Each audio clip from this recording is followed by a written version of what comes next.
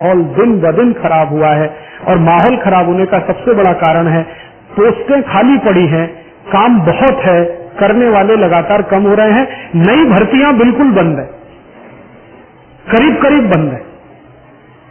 और लोड कितना बढ़ गया है, पहले जो नंबर ऑफ अकाउंट्स होते थे उससे कई गुने ज्यादा हो गए।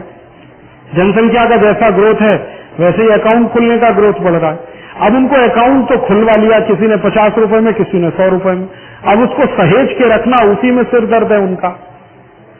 ज्यादातर भारत की बैंकों के छोटे छोटे अकाउंट जो है ना वो काम के नहीं है, लेकिन देश को सर्विस देनी है इसलिए खोल रखे हैं, क्या करें। तो ऐसी परिस्थिति में स्वाभाविक है कि वो ज्यादा मुस्करा नहीं सके या ज्यादा तकलीफ में हमारा साथ न दे सके, लेकिन वास्तविकता ये है कि वो जितना काम कर रहे हैं, जितनी कम सैलरी पर, वो काम दुनिया में कोई बैंकिंग सिस्टम में करने को तैयार नहीं होता है। सिटी बैंक ऑफ अमेरिका में या आईसीआईसी बैंक में मैंने देखा है जिस पोस्ट पर हिंदुस्तानी बैंकों में लोग काम करते हैं ना, उससे 3 गुनी सैलरी पर वहां काम हो रहा है सेम। और यंग एज के लड़के लड़कियों को इतनी ज्यादा सैलरी देकर वो काम पर ले रहे हैं और वहां 12 घंटे रगड़ते हैं, 14 घंटे रगड़ते हैं। अब इनको सैलरी भी कम है और रगड़ाई इनकी उतनी ही हो रही है। धीरे धीरे भारत की बैंकों में भी काम के घंटे बढ़ते चले जा रहे हैं। सवेरे 9-10 बजे से लेकर शाम 6-7 बजे तक तो सामान्य रूप से। मैंने कई गांव में देखा है अब भारत की बैंकें शाम को भी काम कर रही हैं क्योंकि उन्हें कंपटीशन में दौड़ना है विदेशी बैंकों के साथ, तो लोड और बढ़ रहा है उनके ऊपर। तो उनके अंदर की जो तकलीफें, परेशानियां ग्लोबलाइजेशन से पैदा हुई हैं पिछले 8-10 वर्षों में, उसका कोई समाधान हुआ नहीं है। उनका भी शरीर है, मशीन तो नहीं है, मानव है। मानव की एक लिमिट होती है काम करने की, मैक्सिमम लिमिट होती है। आप उससे ज्यादा उससे काम कराओ तो टूटने वाला है, अंदर से बिखरने वाला है। तो ज्यादातर बैंक अधिकारी आपको चिड़चिड़े मिलेंगे, बैंक के क्लर्क तो और भी ज्यादा चिड़चिड़े। ऐसे कंडीशन में भी अगर मुस्कुराते हुए वो मिले तो आप समझना धन्य भाग आपके, इतने खराब माहौल में जहां वो काम कर रहे हैं।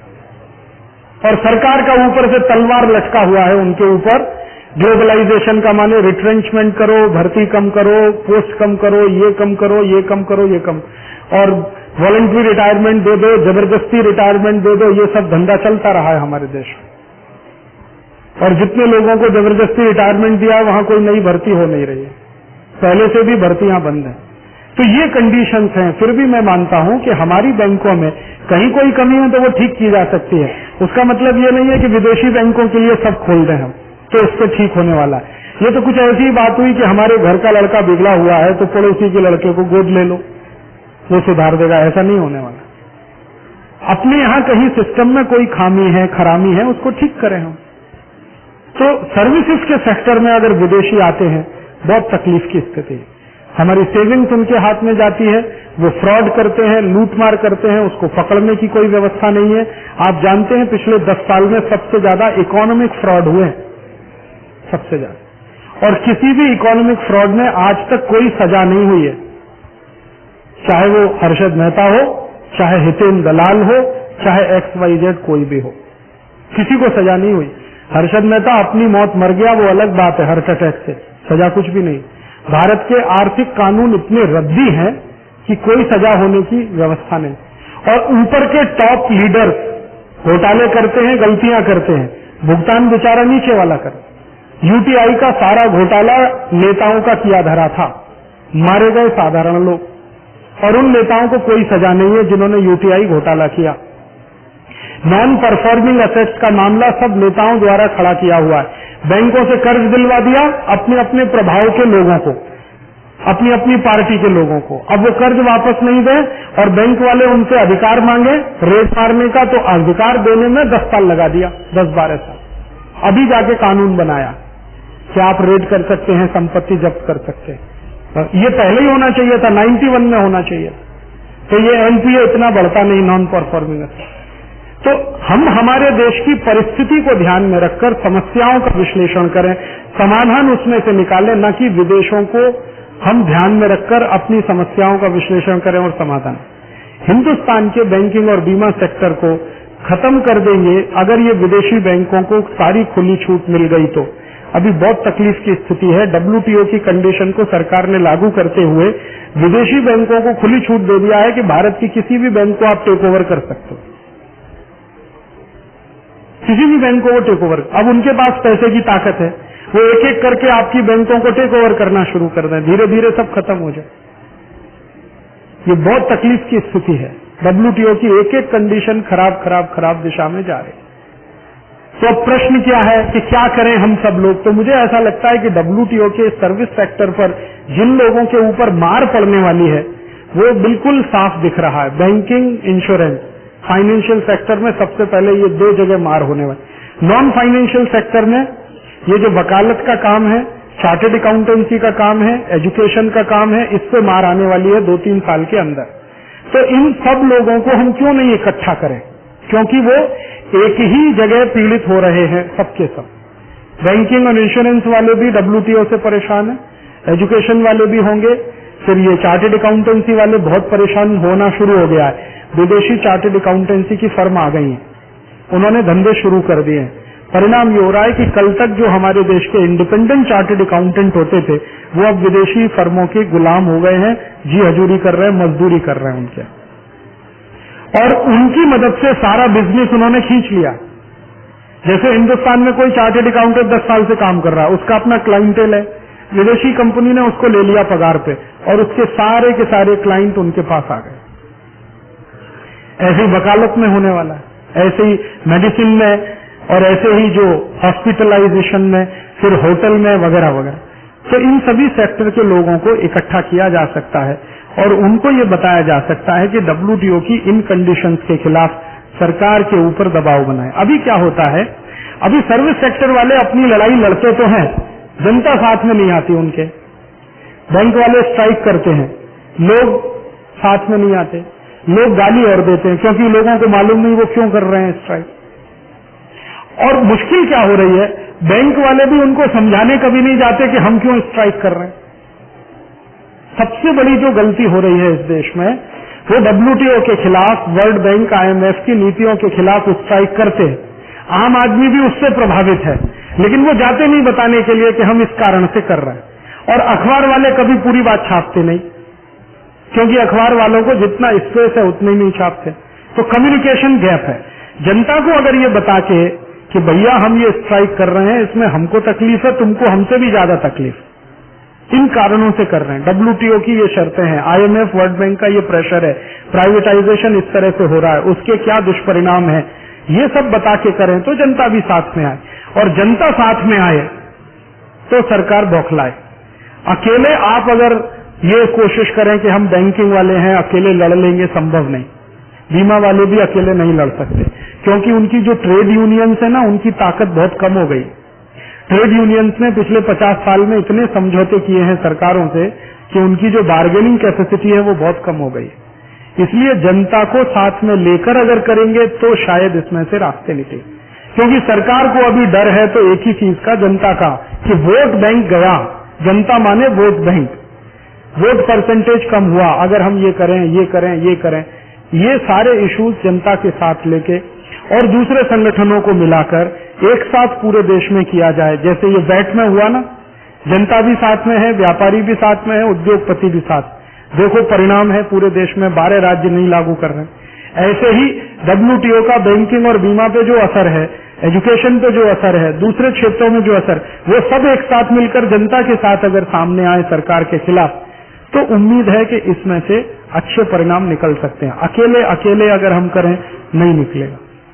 अब इसमें हो क्या सकता है कि भारत के बारे में, भारत की बैंकों के बारे में, बीमा कंपनियों के बारे में, भारत के पब्लिक सेक्टर के बारे में एक ऐसा पत्रक, CD, मटेरियल तैयार किया जाए जो सरल भाषा में हो, आम सामने वाले को समझा सके। क्योंकि अक्सर ये जो आपने अभी देखा, आपने कहा हमको मालूम ही नहीं है। आपको बहुत सारी मालूम है नहीं है कि पब्लिक सेक्टर ने क्या किया है पिछले 50 साल में इस देश में, आपको नहीं मालूम। और सरकार ने हमें कभी बताया नहीं। सरकार बस एक ही बात बता रही है, पब्लिक सेक्टर सफेद हाथी हो गए हैं, ये पैसे को खा ज्यादा रहे हैं, निकाल कम रहे हैं। इस पब्लिक सेक्टर ने 50 साल में देश को खड़ा किया है। जब प्राइवेट सेक्टर एक भी काम करने को तैयार नहीं था, तब पब्लिक सेक्टर के पैसे से ये सारा इंफ्रास्ट्रक्चर खड़ा हुआ है, जिसको आज लूटने के लिए विदेशी आने को तैयार है। और एक एक सेक्टर पर अगर एक छोटी छोटी बुक बनाई जाए ना, BHEL ने क्या किया, NTPC ने क्या किया, स्टील अथॉरिटी इंडिया लिमिटेड ने क्या किया, स्टेट बैंक ऑफ इंडिया ने क्या किया, पंजाब नेशनल बैंक ने क्या किया। पंजाब नेशनल बैंक की कहानी सुनेंगे तो आपके रोंगटे खड़े हो जाएंगे। ये पंजाब नेशनल बैंक लाला लाजपत राय ने शुरू किया था इंपीरियल बैंक को टक्कर देने के लिए। इंपीरियल बैंक होता था अंग्रेजों का, तो सब भारतवासी अपने बैंक अकाउंट उसमें जमा करते थे। तो लाला लाजपत राय ने कहा स्वदेशी आंदोलन आप जानते हैं 1905 में, उस स्वदेशी आंदोलन के गर्भ में से निकला पंजाब नेशनल बैंक, और सारे क्रांतिकारियों के bank account Punjab national bank में जमा होते थे, क्योंकि अंग्रेज इन क्रांतिकारियों का बैंक अकाउंट स्वीकार नहीं करते थे। लाला लाजपत राय का bank account Punjab national bank में था, भगत सिंह का bank account Punjab national bank में था, चंद्रशेखर आजाद का bank account Punjab national bank में था। चंद्रशेखर आजाद की जो संस्था थी ना, हिंदुस्तान सोशलिस्ट रिपब्लिकन आर्मी, उसका bank account Punjab national bank में था, क्योंकि अंग्रेजी बैंक इनको स्वीकार नहीं करता था। तो अंग्रेजी बैंक को टक्कर देने के लिए और भारत के क्रांतिकारियों को जरूरत पड़े तो मदद देने के लिए लाला लाजपत राय ने शुरू कराया पंजाब नेशनल बैंक। अगर ये कहानी हिंदुस्तान के घर घर में जाए तो कोई भी गर्व से कहेगा कि मेरा खाता पंजाब नेशनल बैंक में है, जिसमें भगत सिंह का खाता था। मेरा खाता पंजाब नेशनल बैंक में है, जिसमें लाला लाजपत राय का खाता था। मेरा खाता एक ऐसी बैंक में है जो भारत की आजादी के आंदोलन में मदद करने वाला बैंक रहा, पंजाब नेशनल बैंक। और कई बार तो ऐसा भी हुआ था कि पंजाब नेशनल बैंक के कर्मचारियों ने फंड्स इकट्ठे कर करके ये भगत सिंह ऊधम सिंह को दिए थे बम बनाने के लिए, पिस्तौल तमंचे चलाने के लिए, क्योंकि पैसे की जरूरत पड़ती थी। तो ऐसी बातें, साधारण बातों से लेकर विशेष बातें जो कुछ हुई हैं पिछले 10-12 वर्षों में पब्लिक सेक्टर के द्वारा, वो हम लोगों के सामने लाएं। अभी क्या होता है, एक साइडेड पिक्चर पूरे देश में प्रचारित किया जा रहा है, पब्लिक सेक्टर हरामखोर हैं, सफेद हाथी हैं, ये बर्बाद हो रहे हैं, बकवास कर रहे हैं। ये इसलिए कि इनको खत्म करने के लिए सरकार तैयार बैठी है। तो इस तरह का दुष्प्रचार हो जाए, लोग स्वीकार कर लें कि हाँ, और एक झूठ को बार बार बोलो, थोड़े दिन में सच लगने लगता है। आप रोज बोलो सफेद आती है, तो जनता मान ही लेगी कि हाँ है। तो फिर जिस दिन बंद होगा, जनता को कोई दुख नहीं होगा, और ये बेचारे अकेले मर जाएंगे, क्योंकि ये विरोध नहीं कर पाएंगे, अकेले उतनी दम नहीं। तो मेरा ऐसे मन में आता है कि हिंदुस्तान के साधारण लोगों को एजुकेट करने के लिए कम से कम पब्लिक सेक्टर के बारे में छोटी छोटी बातें, साधारण बातें पहुंचाई जाएं लोगों के पास। जैसे आज हिंदुस्तान में 76,000 मेगावाट बिजली बन रही है। आजादी मिली थी तो मुश्किल से 6,000 मेगावाट बिजली बनती थी, वो भी मुश्किल से। तो ये 76,000 मेगावाट बिजली किसने दिया इस देश को बना के? अमेरिका की कंपनी ने, इंग्लैंड की कंपनी ने, भारत की कंपनी ने, NTPC या स्टेट की जो पावर कंपनियां हैं राज्यों की, उन्होंने दिया। और 1 लाख मेगावाट की कैपेसिटी है, 2-3 साल में आ जाएगा वहां तक, वो भी उन्होंने दिया। एनरॉन एक विदेशी कंपनी आया था, 1 मेगावाट अभी तक हिंदुस्तान को नहीं दे पाया। इतने साल से तमाशा चल रहा, लोगों को ये मालूम होना चाहिए।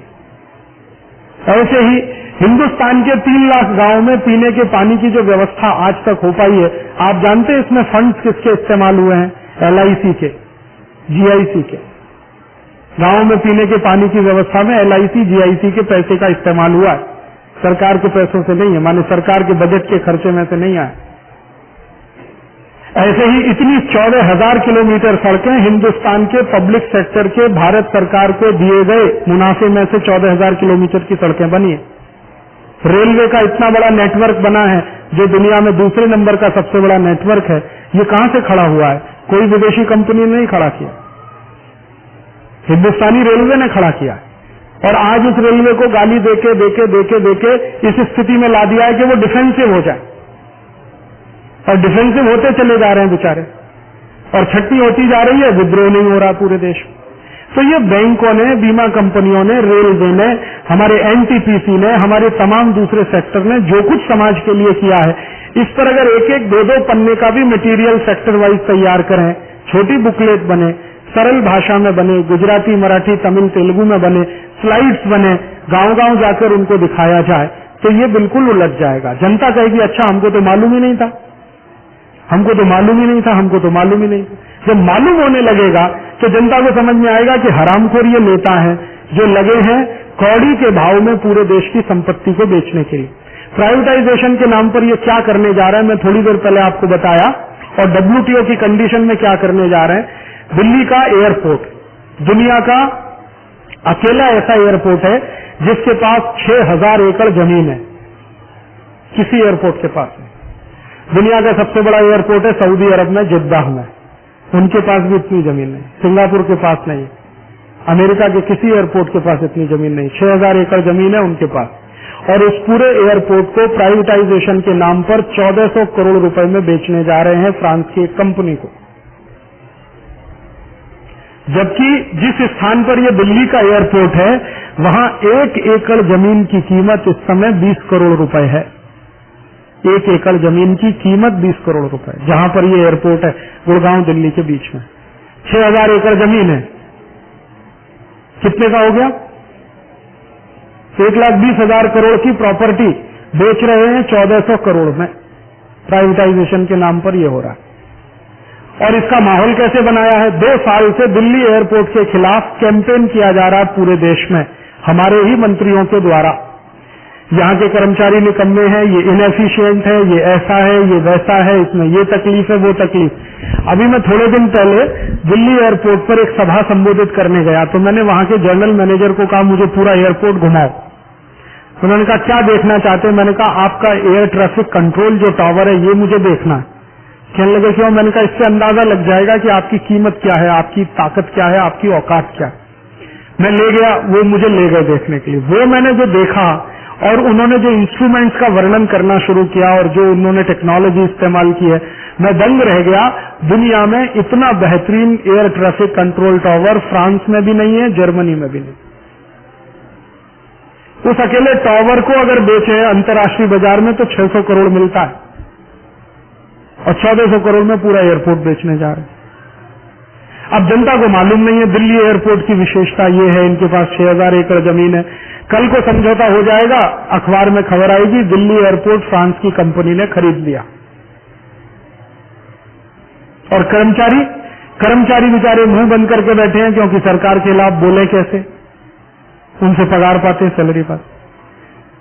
और ये जो प्रॉपर्टी है, मैंने एक दिन उनसे पूछा कि अगर ये 6000 एकड़ जमीन, इसमें इस्तेमाल कितनी हो रही है? तो उन्होंने कहा मुश्किल से इसमें 50-60 एकड़ जमीन इस्तेमाल हो रही है रनवे में और ये सब वगैरह, बाकी खाली पड़ी है। मैंने कहा इसमें खेती करना चालू कर दो तो साल का कम से कम 50-60 करोड़ का तो प्रोडक्शन यहां हो सकता है। तो उन्होंने कहा राजीव भाई खेती तो छोड़ो, हम यहां गोल्फ क्लब बना दें और उसमें एंट्री फीस रख दें, तो साल का 1400 करोड़ तो हम इसी से कमा के दे सकते हैं सरकार को, गोल्फ कोर्स बना के। क्योंकि जितनी विदेशी फ्लाइट आती है ना, इंटरनेशनल फ्लाइट रात को अक्सर आती हैं, उनमें कई बार ऐसा होता है कि एक एक दिन वो लोग ठहरते हैं, फिर दूसरी फ्लाइट पकड़ के वो गोल्फ खेलेंगे, फीस लगा दो, साल का 1400-1500 करोड़ इसी से आ सकता है। पूरा एयरपोर्ट इतने में बेच रहे हैं, 1400 करोड़, और बिना किसी बिड के। माने कोई इंटरनेशनल टेंडर इनवाइट नहीं हुआ, कुछ नहीं हुआ, फ्रांस की कंपनी को सामने से बुला लिया। क्यों? समझौता हो गया सरकार का, कुछ लेन देन हुआ होगा उसमें। अब एक दिल्ली एयरपोर्ट बिकेगा, फिर बंबई बिकेगा, फिर सब बिकेगा। ऐसे सरकार की माने बेईमानी और हरामखोरी में देश की संपत्ति बिक रही है प्राइवेटाइजेशन के नाम पर, ग्लोबलाइजेशन। अब जनता इसमें बगावत कर सकती है जब उसको पूरी बात मालूम। जब मुझे पता चला दिल्ली एयरपोर्ट की वास्तविकता, मैंने दिल्ली की 4-5 मीटिंगों में कह दिया, लोगों का खून उबल गया, जी कैसे कर सकते हैं, हम देखेंगे सरकार को। अगर यही बात पूरे देश में प्रचारित हो जाए तो जनता खड़ी हो जाएगी। तो जनता के सामने कोई सरकार नहीं टिक सकती। कर्मचारियों को तो वो झुका सकते हैं, लेकिन जनता को नहीं झुका सकते। तो मेरा ये कहना है कि हम सब मिलकर भारत की जनता के पास ये सब मुद्दे लेके जाएं, सरल सरल भाषा में, कम शब्दों में, सरल सूत्रों में उनको ये जानकारियां दें कि भारत के पब्लिक सेक्टर ने क्या किया है, बैंक ने क्या किया, बीमा ने क्या किया, इसने क्या किया, इसने, और WTO और प्राइवेटाइजेशन के नाम पर सरकार क्या करने जा रही है। जब समझ बनेगी तो बात आगे बढ़ेगी। अब उसके तरीके क्या हो सकते हैं? तरीके बहुत हो सकते हैं। हम सीडी बनाएं, गांव गांव में दिखाएं, पत्रक बांटें, टेलीफोन से, लोकल अगर टीवी चैनल है उसके माध्यम से कहें, अखबारों में लिखें, और सबसे अच्छा जो बाई ने कहा कि रेडियो पे कहें। अपना कोई रेडियो स्टेशन हो तो शायद कहे, सरकार तो इसको कहने नहीं देगी। अपना कोई टीवी चैनल हो तो उस पर ये सब बातें, एक एक बात की पोल खोलें, सरकार जो कर रही है, WTO में जो हो रहा है और वास्तविकता क्या है। तो देश बचने के लिए रास्ते खुलते हैं, लोग खड़े हो जाएंगे, ऐसा मुझे लगता है। लोगों को जानकारी नहीं है, इसलिए सरकार ये सब करती चली जा रही। जैसे ही जानकारी होती है, लोग तो सरकार को कुछ नहीं करने देते। जैसे मैंने आपको थोड़ी देर पहले सवेरे उदाहरण दिया, हरियाणा के लोगों को जब तक मालूम नहीं था वैट क्या है, वो चुप रहे, और चौटाला ने वैट लागू कर दिया। लागू होने के बाद जब तकलीफें आना शुरू हुई, उन्हीं हरियाणा के लोगों ने चौटाला को कान पकड़ के नीचे उतारा। चौटाला के पास पहले 54 सीटें थी जब पिछली सरकार आई, अभी उसके पास 9 सीटें हैं। खुद हार गया बुरी तरह से। तो जनता को जब पता चला तो उन्होंने जवाब दे दिया। ऐसे ही हर क्षेत्र में जनता को पता चले तो सरकार को सबक जनता सिखा सके। तो ये समस्या है, उसका विश्लेषण और समाधान, हर समस्या का समाधान हम अपने ही तरीके से करें, वही अच्छा है। अब इसमें एक बात वो अंत में आके खत्म होती है कि कौन करे इस काम को? हम सब करें, हम सब एक दूसरे के साथ मिलकर करें। जैसे मेरे मन में आता है कि पब्लिक सेक्टर पर एक छोटा टेम्पलेट बनाएं, हम जाएं उनके पास, जानकारियां इकट्ठी करें, उस पर वो छापें, फिर कैसेट बनाएं, CD बनाएं, प्रचार करें, थोड़े दिन में उसका परिणाम निकलेगा। और फिर ये बैंक वाले, बीमा वालों को और शिक्षा वालों को कहें कि भैया सब साथ में मिलकर करो, अलग अलग अब मत करो। आपको कुछ भी करना है पहले सबको बता के करो, हम क्यों कर रहे हैं, क्या कर रहे हैं। और खाली बैंक के ऑफिस के सामने खड़े होकर जिंदाबाद मुर्दाबाद करने से अच्छा है पूरे भिलाई शहर में घूम के लोगों को बताओ कि हम ये क्यों कर रहे हैं। नहीं तो क्या होता है, जनता आपके खिलाफ हो जाती है। उनको ऐसा लगता है कि ये काम नहीं करना चाहते इसलिए जिंदाबाद मुर्दाबाद हो रहा है, और हम अपनी बात वहां तक कम्युनिकेट नहीं कर पाते तो बीच में गैप खड़ा हो जाता है। तो पद्धति थोड़ी बदलें, हम लोगों के पास जाएं, लोग हमारे पास आने लगेंगे, बात बनती चली जाएगी और रास्ते उसमें से खुलते चले। इतना ही मुझे अभी कहना है।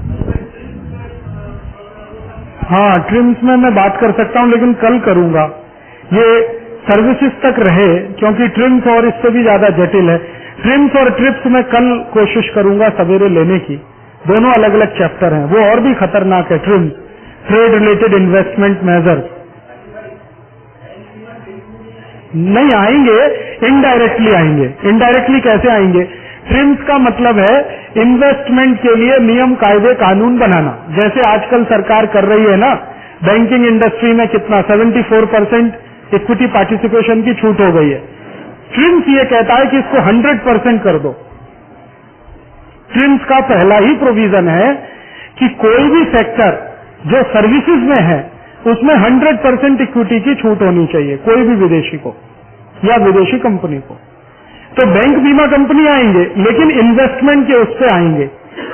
अभी सर्विसेज में जो सीधा है कि सीधे विदेशी आएंगे, उसमें ट्रिम्स भी आएगा, सर्विसेज भी आएगा, दोनों एक साथ आएगा।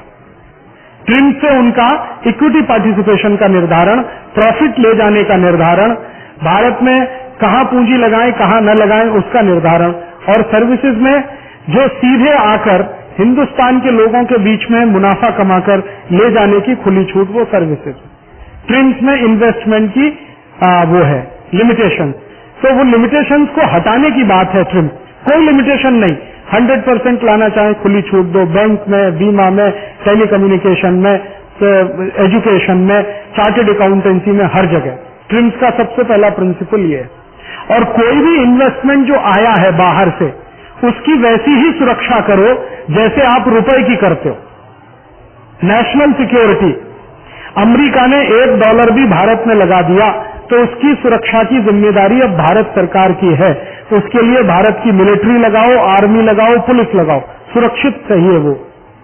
ये ट्रिम्स में है सारे के सारे। माने अमेरिका की कोई भी कंपनी यहां आ जाए, उसके खिलाफ हम आंदोलन करें, फैक्ट्री को तोड़ दें, फोड़ दें, तो भारत सरकार की जिम्मेदारी है उसका सारा भुगतान करे।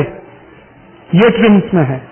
अभी क्या होता था कि अमेरिका की किसी कंपनी को हमने तोड़ फोड़ दिया तो अमेरिकी कंपनी की प्रॉपर्टी है, लेकिन अब WTO के बाद अगर हम तोड़ फोड़ करें तो भारत सरकार को भुगतान करना पड़ेगा जो कुछ भी तोड़ फोड़ हुई है। उसके लिए आप चाहो मिलिट्री लगाओ, चाहो अपनी आर्मी लगाओ।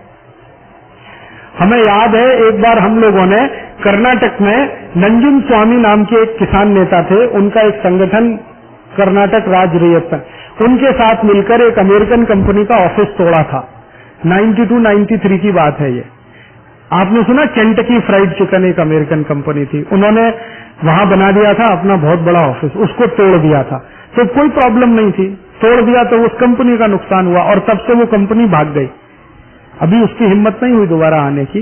लेकिन आज अगर हम वही काम करें तो तकलीफ होने वाली है। हमें तो नहीं, भारत सरकार को सब भुगतान करना पड़ेगा अगर एक कुर्सी भी टूट गई तो, क्योंकि उनका एक एक इन्वेस्टमेंट सरकार की जिम्मेदारी पर है। ये ट्रिम्स की शर्तें हैं। ट्रिम्स में सबसे ज्यादा खतरनाक दो ही शर्तें हैं कि आप किसी भी क्षेत्र में 100% पूंजी निवेश की खुली छूट करो और उनकी लाई हुई एक एक डॉलर की सिक्योरिटी आप करो, माने भारत सरकार करे। तो उसमें चाहे अपनी आर्मी लगाओ, एयरफोर्स लगाओ, पुलिस लगाओ, पैरामिलिट्री फोर्स लगाओ, कुछ भी लगाओ, सिक्योरिटी आप करो। इन्वेस्टमेंट उनका, तो सिक्योरिटी नहीं करेंगे, सिक्योरिटी आपको करनी है। इंश्योरेंस कवर उनको दो, किसी भी तरह से सिक्योरिटी की गारंटी उनको दो। और अगर हम कुछ मारतोड़ करें तो शिकायत भारत सरकार को वहां सुननी पड़ेगी WTO में और भुगतान करने पड़ेंगे।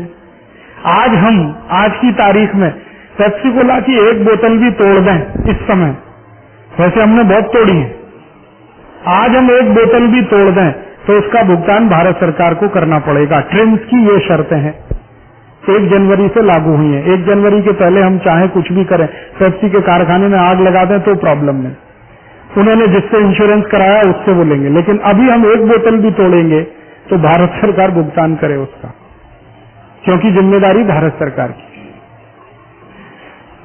तो ट्रिम्स में कल थोड़ा मैं ज्यादा बात करूंगा ट्रिप्स के साथ जोड़कर। अभी सर्विसेज का लिया है और सर्विसेज तक सीमित रखें, क्योंकि इसमें वैसे तो बहुत छूट गया है। थोड़े ही सर्विसेज को मैं डील किया, बैंकिंग को, इंश्योरेंस को किया, एजुकेशन को किया, टेलीकम्युनिकेशन को मैं बिल्कुल छोड़ दिया, रेलवे को बिल्कुल छोड़ दिया। टेलीकम्युनिकेशन में तो इतनी तकलीफ आने वाली है। अभी भारत में क्या होता है, जैसे BSNL है, ठीक है, आप हमारे देश की सिक्योरिटी से संबंधित सूचनाओं का इधर से उधर जाना BSNL के थ्रू है।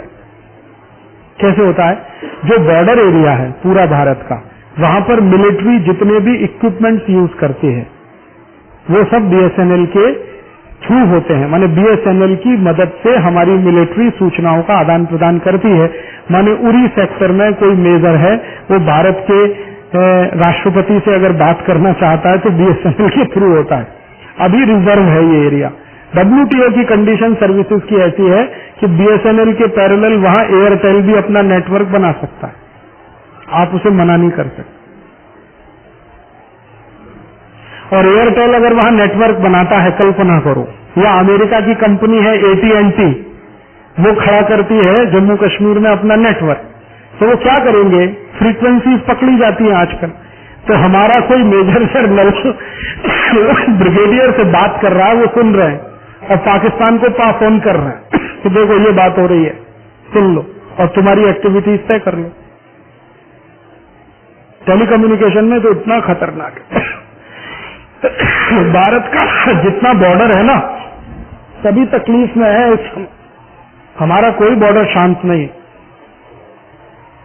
नॉर्थ ईस्ट देखो पूरा जल रहा है, नॉर्थ देख लो पूरा जल रहा है, साउथ में तकलीफें शुरू हो गई हैं, खासकर ये केरल और उस तरफ तकलीफें शुरू हो गई। और आप वेस्ट देख लो, जो पाकिस्तान बॉर्डर है, राजस्थान और गुजरात का, भयंकर जमावड़ा लगा हुआ है वहां। तो बॉर्डर हमारे सब संवेदनशील है, तकलीफ में है। इन बॉर्डर एरिया में अगर कोई विदेशी कंपनी आके टेलीकम्युनिकेशन के सेक्टर में घुस जाए तो तबाही मचा सकती। आपकी सारी गुप्त सूचनाएं, सारी सीक्रेट इंफॉर्मेशन उनके हाथ लग गई, वो कहीं से कहीं पास ऑन कर सकते। और ये सरकार ने 74% तक तो पार्टिसिपेशन की खुली छूट दे दी है, अभी वो 100% करने वाले हैं। ऐसे ही सर्विसेज में एक कंस्ट्रक्शन आता है, कंस्ट्रक्शन का सेक्टर